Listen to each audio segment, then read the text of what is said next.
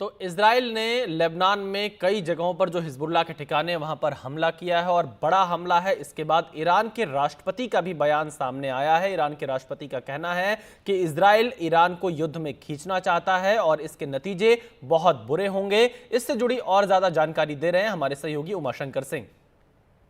एक तरफ जहां इजराइल ने लेबनान पर एक ऐसा हमला बोला है जिसे 2006 के लेबनान युद्ध के बाद का सबसे बड़ा हमला कहा जा रहा है और इस हवाई हमले में 500 से ज़्यादा लोगों की जान गई है, 1000 से ज़्यादा घायल हुए हैं। वहीं ईरान के राष्ट्रपति ने इजराइल को लेकर बड़ी चेतावनी दी है। ईरान के राष्ट्रपति मसूद पेजेस्कियान ने न्यूयॉर्क में पत्रकारों के एक दल से बात करते हुए कहा है कि इजराइल पूरे मध्य पूर्व को एक बड़े युद्ध में धकेलना चाहता है और इसलिए वो लगातार ईरान को उकसा रहा है, युद्ध भड़काने के लिए जाल बिछा रहा है। ईरान के राष्ट्रपति ने सीधे तौर पर आरोप लगाया है कि इजराइल करीब 1 साल से जो हिजबुल्लाह के साथ उसका संघर्ष चल रहा है उसमें ईरान को भी खींचना चाहता है। उन्होंने अपने बयान में ये भी जोड़ा कि ईरान जो है वो शांतिपूर्वक रहना चाहता है। ईरान मध्य पूर्व में अस्थिरता की वजह नहीं बनना चाहता, क्योंकि अगर ऐसा हुआ तो परिणाम बहुत ही भयंकर होंगे और इसे कभी बदला नहीं जा सकेगा। इरिवर्सेबल जो नतीजा है वो होगा। इसलिए ईरान युद्ध नहीं चाहता लेकिन इजराइल जो है वो एक खुले और बड़े युद्ध को लेकर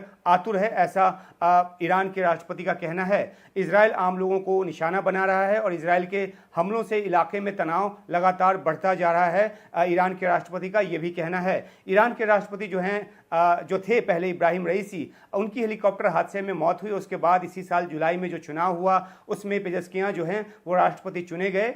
ये एक अपेक्षाकृत उदारवादी नेता माने जाते हैं, लेकिन ये भी कठोर बयान दे रहे हैं तो समझा जा सकता है कि इजराइल के हमलों से ईरान किस तरह से बिफड़ा हुआ है, बौखलाया हुआ है।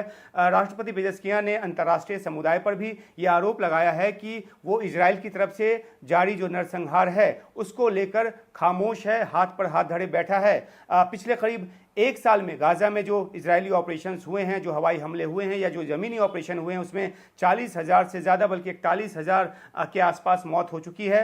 दक्षिणी लेबनान में सोमवार को जो हवाई हमला किया गया उसमें 500 से अधिक लोग मारे गए, जिसमें महिला और बच्चे भी शामिल हैं बड़ी तादाद में। और इससे पहले पेजर और वॉकी टॉकी धमाकों से भी लेबनान में जान माल का भारी नुकसान हुआ है, जिसमें आम सिविलियंस भी जो है उसकी जद में आए। खुद पेजेस्कियां के शपथ ग्रहण समारोह में तेहरान पहुंचे हमास के जो चीफ थे इस्माइल हानिया, उनको हमला कर मार दिया गया तेहरान में ही। ईरान इसके बदले की भी धमकी दे चुका है। हिजबुल्लाह के कमांडरों और ठिकानों पर लगातार हमले से ईरान का जो संयम है और अधिक खत्म होता जा रहा है और तभी ईरान के राष्ट्रपति की तरफ से ये कठोर बयान जो है वो सामने आया है।